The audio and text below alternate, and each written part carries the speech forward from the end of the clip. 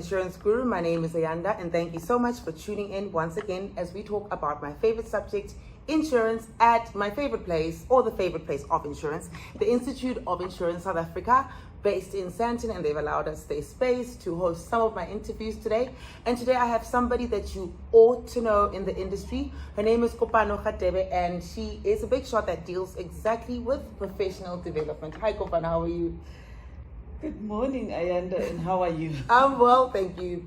Thank you for, it's been so difficult to get this lady to just sit down with me for 2 seconds, but by, the universe that be, the powers that be, she was able to sit with us. So I think I wanted to chat to you because you know a lot about the sector, a lot about the Institute of Insurance as well. Yes. Who is the IISA?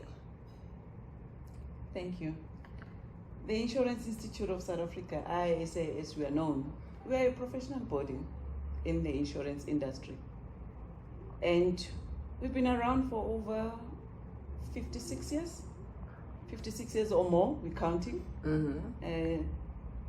We trace our roots to 1898, but that's history. Mm-hmm. But recognized since 1966 as the professional body in the insurance industry. We're a non-profit organization. All right. Mm-hmm. And I've seen a lot for me in terms of the designations, and that I think is the one big thing, or the one thing that attracts people in the insurance sector. Can you explain to me more about the different designations with it in the ISA and what it all means? Okay, thank you. Yes, we have different designations. We've got the licentiate, we've got the associate, and the cream of the crop, the fellow. Mm-hmm. So those are the three professional designations. We do have other ones where people start. Yes. So we don't close everyone outside. But the recognized one, professional designations, there are three: licentiate, associates, and the fellow, in that order. Licentiate, it's the lowest of our designation. Then we encourage progression. Then associate will be the next one. Then fellow will be the highest designation. Is it tied to experience only, or is it tied to experience and academia as well? It's a bit of both. So the first call would be tied to qualification. Mm-hmm. Because remember, our primary role is to ensure that we elevate the credibility of the insurance professions. So our first call, it will be qualification. So in terms of qualification, at different levels, we'll look at those. So at licentiate, we would look at NQF level 5 qualification, insurance qualification, yes, or a qualification that is insurance related. Okay. So we're not specifically saying you need to have, for an example, a higher certificate in insurance, or in short-term insurance, or long-term insurance, financial planning. Yes. But we also look at a qualification that is insurance related. We also look at your functions, what do you do in the insurance space. That is now at the licentiate level. Mm-hmm.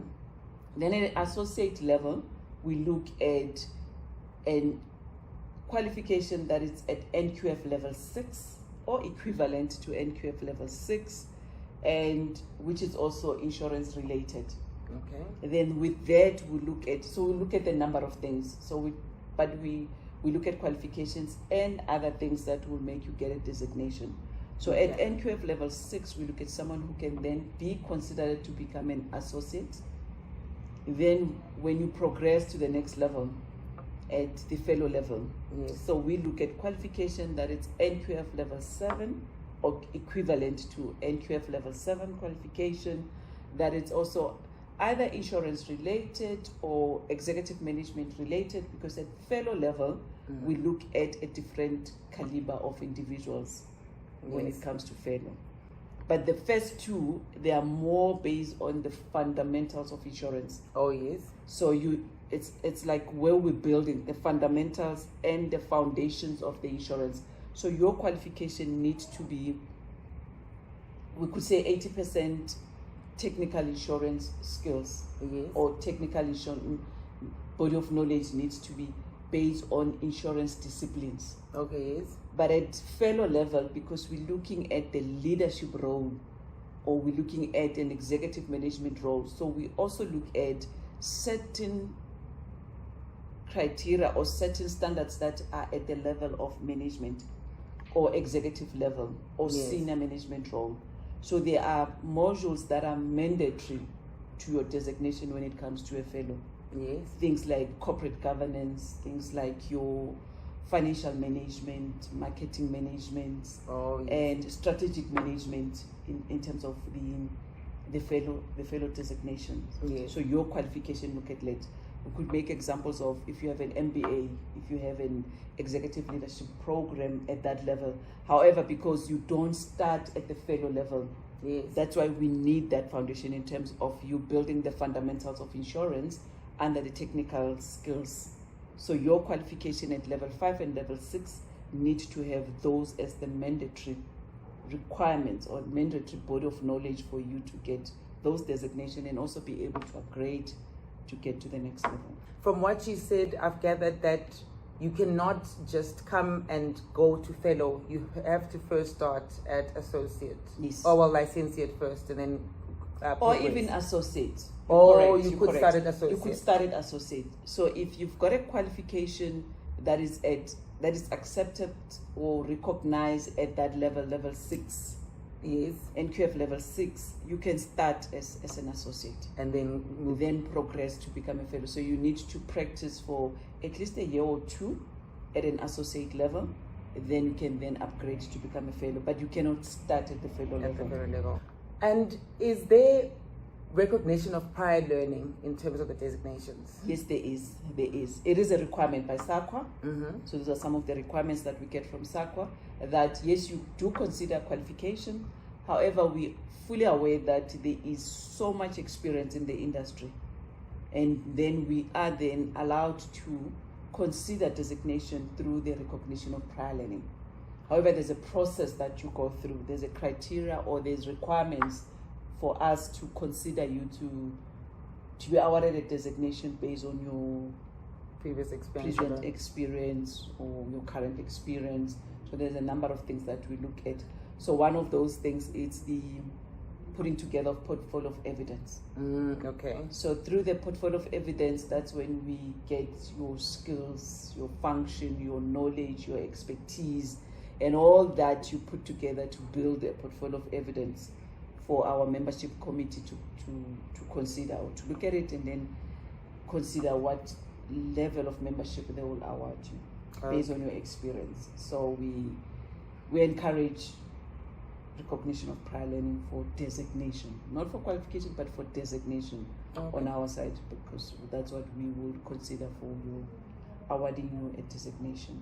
All right, I think we've actually wrapped the different designations. What's in it for me becoming an IISA member?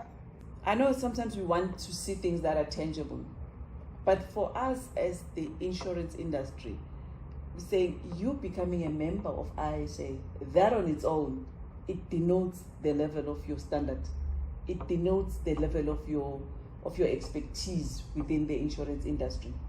For those who knows, if you come in and says, Amayanda Malele, an associate of the Insurance Institute, that on its own says, okay, so that means now we're dealing with a person that has been vetted, firstly, by a recognized professional body in the insurance industry, because remember, we are a recognized professional body that has been accredited and status of recognition by the South African Qualification Authority. So the primary purpose of it is the enhancement of your knowledge, that we always ensure that we give you content in terms of what needs to be done.